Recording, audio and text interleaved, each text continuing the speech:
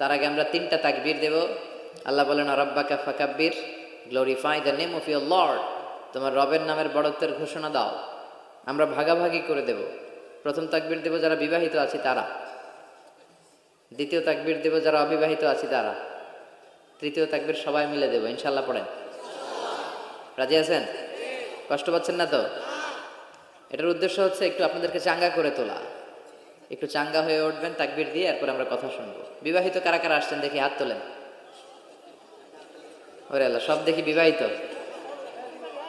হাত নামান। অবিবাহিত কারা কারা আসছে দেখি, এক হাত করে তোলো।